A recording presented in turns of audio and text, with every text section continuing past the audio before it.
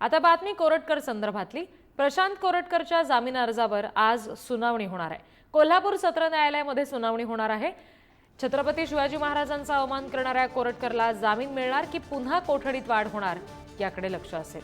मागच्या 11 दिवसापासून कोरटकर कळंबा जेलमध्ये आहे।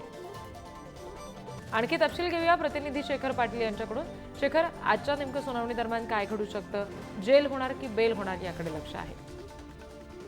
रिद्धी, याकडे सगळ्यांचं लक्ष जे आहे ते आज लागलेलं आहे, कारण यापूर्वी देखील न्यायालयानं त्याचा जामीन अर्ज जो आहे तो फेटाळला होता आणि त्यानं वरिष्ठ न्यायालयामध्ये आता अपील अर्ज केलेला आहे। त्यामुळे आजच्या या सुनावणीकडे सर्वांचंच लक्ष आहे।